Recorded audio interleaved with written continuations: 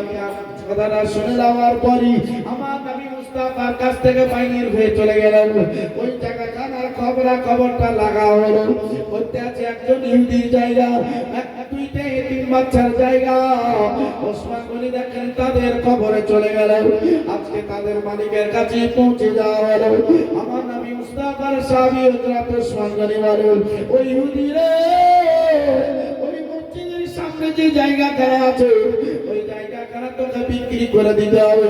ওই জায়গাখানা আমাদেরকে দিয়ে দিতে হবে। ওই জায়গাখানা হলে পারা হবে না, মুসলমানের নামাজ পড়ার জন্য দিতে হবে। ইহুদি বলছেন না না না না, মুসলমান নামাজ পড়বে তার জন্য জায়গা দিব না। আমি ভগবানের কসম করে বলতে আছি, লাইলা মানতের কসম করে বলতে আছি, আমি মুসলমানের কাছে জায়গা বিক্রি করব না। হযরত ওসমান বলে সেই দিন আর কিছুই না বলে সোজা বাড়ির দিকেই চলে আসলেন আপনার বিবির কাছে। বিবিকে নবী মুস্তাফার বেটি রুকাইয়া খাতুন, জোরে বলুন নবীর বেটি রুকাইয়া। তাহলে নবীর হচ্ছেন জামাতা হযরতে ওসমান গনি, সাহাবী রাসূল, সবচাইতে বড় লোক। আসার পরে বিবিকে বলছে, বিবি কি হলো? তো আমার বাড়িতে যে মাল মলগুলো আছে এইগুলাকে যোগ করে দেখো তো ক টাকা হতে পারে। আপনার বিবিকে যদি বলেন তো আপনার বিবি যোগ করার আগে আপনাকে যোগ করবে, করবে না? তুমি কিসের লেগা যোগ করতে উঠছো, কেন উঠছো, কি ব্যাপার, খবর লাগবে। হযরত ওসমান গনি তিনি বলেন, বিবিকে বললাম, বিবি বললেন সাবধান স্বামী গো, আমাকে কিছুক্ষণ আপনি সময় দিলে আমি সব মালগুলাকে টোটাল করে কত টাকা হতে পারে আপনাকে বলে দিতে পারি। বলতে আছে ঠিক আছে, তোমাকে সময় দিয়ে দেওয়া হলো। এবার রুকাইয়া খাতুন তিনি বলেন, আমি বাড়ির যত মাল ধন দৌলত গুলা ছিল, সোনা চাঁদি ছিল রে, আমাদের খেজুর ছিল, টাকা পয়সা ছিল, আমি সবগুলাকে একদিক থেকে টোটাল করতে করতে ওই জায়গায় পাওয়া গেল 33,000 স্বর্ণ মুদ্রা। মানে 33,000 বাংলাতে বোঝাচ্ছি, 33,000 টাকা ধরে সেই জামানায়। তখন তো সোনার টাকা চলত। এখন সোনার একটা টাকা যদি হয় তা আমাদের ভারতে এখন 86,000 টাকা দাম।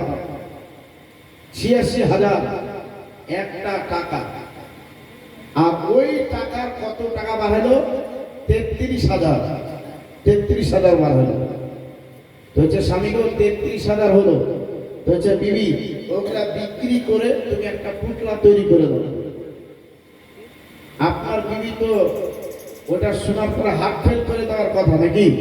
করবে না? ঝামেলা করবে, মারপিট করবে। বলছে মারপিট করতে করতে যদি আমাকে মরতে হয় তবে রাজি, কিন্তু বিক্রি করে একটা টাকা দেবে না। কেন দেবে না? ও জুয়া খোর, তাস খোর, মোবাইল খোর। মোবাইল আজকাল গেম খেলে হারছে, জি ও ছেলে পেলে হারছে, আর বাড়ি আলিকে হারছে, আর কত কি হারছে তা ঠিক নাই। তার জন্য আপনাকে দিবে না। অর্থাৎ আপনার বিবে আপনার প্রতি অবিশ্বাস করছে। কেন? আপনি ভালো কাজে নাম তাই। যদি আপনি নামাজি থাকতেন, আপনি কোরআন বলা হতেন, আর যদি শরীয়তের ভালো কাজের হতেন, তা আপনার বিবি আপনাকে এক বাক্যেই টাকা দিতে রাজি হয়ে যেত, হতো না? এক বাক্যেই রাজি হয়ে যেত।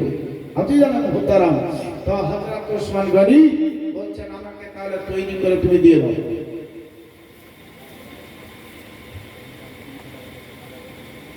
রমজান 300 টাকা দাদা দাদি নামে, আর স্ত্রী দিয়েছে 200 টাকা বাপের নামে। মাশাআল্লাহ, নারে তাকবীর, নারে রিসালাত, মাশরাকে আলা হযরত। আল্লাহ তাতে তানকে কবুল করেন। সুমারি এদাই শেখ মুসালিম বাপজি ভাই শোনালাম। দাম তো আপনারা করবেন ঠিকই, কিন্তু আমি সেই জায়গাতে পৌঁছাবার চেষ্টা করছি খুব তাড়াতাড়ি।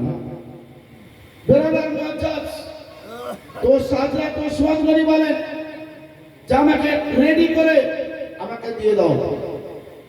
বিবি বিক্রি করে 33,000 টাকার একটা কাপড়ের পোটলা করে দিলে, স্বামী আসার পরে টাকা দিয়ে বাবা ভাইরা চলে গেলেন। আজকেও কিন্তু শুক্রবার, ওই শুক্রবারে কথা হয়েছে, আর এই শুক্রবারে বাবাজি ফলটা কি হচ্ছে ফলপ্রদ। হযরত ওসমান গনি যাবার পরে বলছেন, ইহুদি আছো? কে? বলছে আমি ওসমান। বলছে তোমাকে তো সেই দিনই বলেছি বিক্রি করবো না রে ভাই, আবার তুমি চলে এসেছো। হযরত ওসমান গনি তিনি বলে আমি এসেছি কারণ আমার নবী মুস্তাফা চেয়েছেন